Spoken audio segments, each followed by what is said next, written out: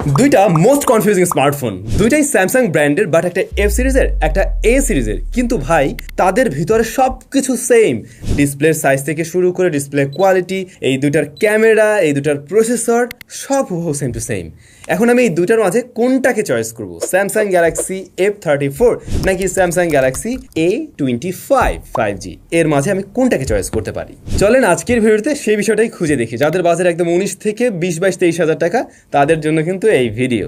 আর আমাদের আজকের video sponsor SMS gadget, ওদের থেকে আমরা এই দুটো স্মার্টফোন কালেক্ট করি। আপনাদের এত কমেন্ট পেয়েছি এই দুটার মানে এই কনফিউজিং প্রশ্ন দেখে মনে হলো একটা ভিডিও দেওয়া উচিত, যে কারণে ওদের থেকে আমাদের এই দুটো ফোন কালেক্ট করতে হয়েছে। তো যারা এই দুটার মধ্যে থেকে যে কোনো একটা পারচেস করতে চান, অবশ্যই SMS গ্যাজেটে চোখ রাখতে পারেন। ডেসক্রিপশনে তাদের নাম্বার সবকিছুই দেওয়া আছে, শপের অ্যাড্রেস দেওয়া আছে। দামের কাছে আমরা শেষে আসছি। প্রথমেই যদি দেখি এর ডিজাইন অ্যান্ড বিল্ড কোয়ালিটি, ডিজাইনের দিক থেকে আমার কাছে পার্সোনালি A25 বেশি ভালো লেগেছে, স্কোয়ার বক্সি শেপ, যদিও বা ধরতে বেশি ভালো লাগে এইটা। আবার ভারী কিন্তু বেশি F34। আবার F34 এর সবচেয়ে বড় যে সমস্যাটা বা যে জিনিসটা একদমই ভালো লাগে না, রিয়ার প্যানেলটা এত বেশি গ্লোসি আর এত পরিমাণে স্মাজেস ফিঙ্গারপ্রিন্ট এটা মানে ক্যাচ করে একেবারে পুরো স্যারাবার একটা অবস্থা। যদি কাভার কেস না ব্যবহার করেন, এটা ভাই আপনার একটু ভালো লাগবে না আর কি। ফ্লোটস অ্যান্ড বাটন দুইটাতেই প্রয়োজনীয় সবকিছু আছে, একদম সেম টু সেম দেখছি। দুইটাতেই সাইড মাউন্টেড ফিঙ্গারপ্রিন্ট স্ক্যানার, দুটার পজিশন সিমিলার সেম এবং fast plus accuracy almost same ছিল, এই জায়গায় আলাদা কিছু পাইনি। ডিসপ্লে সাইজেও আমরা একই দেখছি, যেমন 6.5 inch super AMOLED panel, 120 hertz high refresh rate এবং 1000 নিটস পিক ব্রাইটনেস। দুইটা ডিসপ্লেতে কোনো ধরনের তফাৎ খুঁজে পাবেন না, একদম সেম টু সেম মনে হবে। লোয়ার বেজেল, তারপরে ওই যে ইউ শেপ বা ওয়াটার ড্রপ নথ, একদম সেম টু সেম। তবে বেজেলের পরিমাণটা একটু বেশি লাগতে পারে A25-এ মনে হয় যেন একদম হালকা স্লাইডলি একটু বাড়তি লাগছে আমার কাছে আর কি। একটা বিষয় শুরুতেই বলা উচিত ছিল, F34 এই ডিভাইসটা কিন্তু একটু আগে এসছে, আর এই ডিভাইসটা তার কিছুটা পরে এসছে A25। পারফরমেন্স সেকশনে out of the box Android 14 পাচ্ছেন A25-এ এবং One UI 6 এ রান করছে এটা। অন্যদিকে A34 এটা আউট অফ দ্য বক্স কিন্তু অ্যান্ড্রয়েড 13 বেসড, One UI 5.1। আর দুইটা স্মার্টফোন Exynos 1280 রয়েছে পারফরমেন্স সেকশনে। বাংলাদেশ মার্কেটে F34 এর কিন্তু 6/128GB ভ্যারিয়েন্ট অ্যাভেলেবেল রয়েছে, বাট এই ডিভাইসটার A25 এর জাস্ট 8/128GB ভ্যারিয়েন্টটাই পাওয়া যায়, যে কারণে এখানে আমাদেরকে একটু বেশি টাকা পয়সা খরচ করতে হয়। যদি আপনার বাজেট কম হয়ে থাকে, আপনার যদি 6GB র্যামই হয়ে যায়, তাহলে আমার মনে হয় আপনার এই ডিভাইসটাকে চয়েস করা উচিত, যদি আপনার বাজেট 20K এর মধ্যে হয়ে থাকে। এখন যদি কিনা আমরা A25 এর 8GBর সাথে F34 এর 6GB কে কম্পেয়ার করি, তাহলে ডেফিনেটলি এটা একটু পিছিয়ে পড়বে।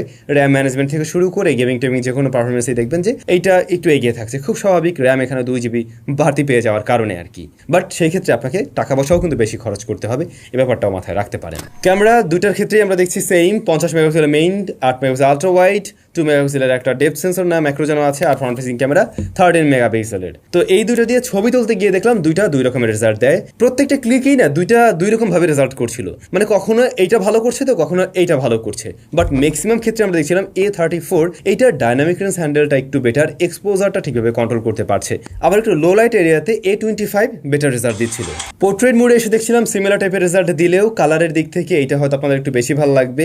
F34 একটু কালার বুস্টেড টাইপের ছবি দেয়, কালার কিছুটা পাঞ্চি করে প্রেজেন্ট করে, যেটা দেখতে ভালো লাগে, বাট ন্যাচারাল রাখার ট্রাই করে A25। যদি আপনার ন্যাচারাল টোন বেশি ভালো লাগে, ক্যামেরার কালার বেশি ভালো লাগবে A25 এর। বাট ভিডিওতে এসে আমরা দেখছিলাম এক্সপোজার কন্ট্রোল করতে পারছে ভালো F34, কিন্তু স্ট্যাবিলিটিতে আবার এগিয়ে আছে A25। মানে একই ঝামেলা, একটা এদিকে এগিয়ে যাচ্ছে তো আর একটা অন্যদিকে এগিয়ে যাচ্ছে, এরকম একটা অবস্থা। বাট আমার মনে হয় ভিডিওর জন্য এটাকে চয়েস করা উচিত, F34-কে। ফ্রন্ট ফেসিং ক্যামেরা দুটো একটু ওয়ার্মের দিকে টোন দেয়। A25 এটা ডিটেল একটু বেশি পেয়েছে তুলনামূলকভাবে, এটা একটু সফট লেগেছে।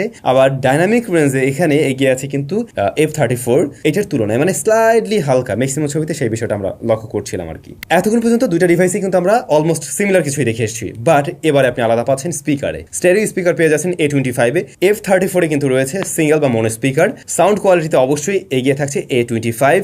যখন কিনা আপনি মিডিয়া কনজাম্পশন করবেন বা গেমিং করবেন, ডেফিনেটলি এই ডিভাইসটা এগিয়ে থাকবে স্টেরিও সাউন্ডের কারণে। আবার ব্যাটারিতে আমরা দেখছি A25-এ রয়েছে কিন্তু 5000 mAh এর ব্যাটারি এবং 25 ওয়াটের চার্জিং সিস্টেম সাপোর্ট করছে। F34-এ রয়েছে 6000 mAh এর ব্যাটারি, 25 ওয়াটের চার্জিং সিস্টেম রয়েছে, যদিও দুইটার একটারও চার্জার বক্স আপনারা পাচ্ছেন না, আলাদা করে কিনে নিতে হবে। ব্যাটারি ব্যাকআপে ডেফিনেটলি F34 এগিয়ে থাকলো। এবার ফাইনালি দামটা জানা উচিত। A25 এর 8/128GB ভ্যারিয়েন্ট রাইট নাও পাওয়া যাচ্ছে 23,500 টাকা বা এর আশেপাশে, আর F34 এই ডিভাইসটার 6/128GB ভ্যারিয়েন্ট পাওয়া যাচ্ছে 19,500-তে। তো এখানে প্রাইসের বড় একটা গ্যাপ আছে।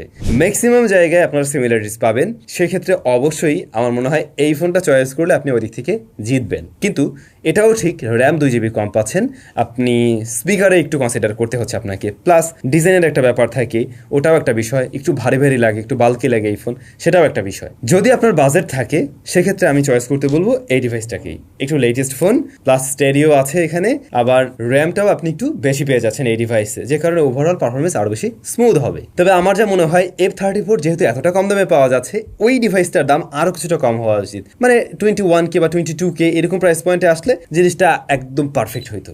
আপনাদের কি মতামত? এখন ডিসিশন আপনিই নেন।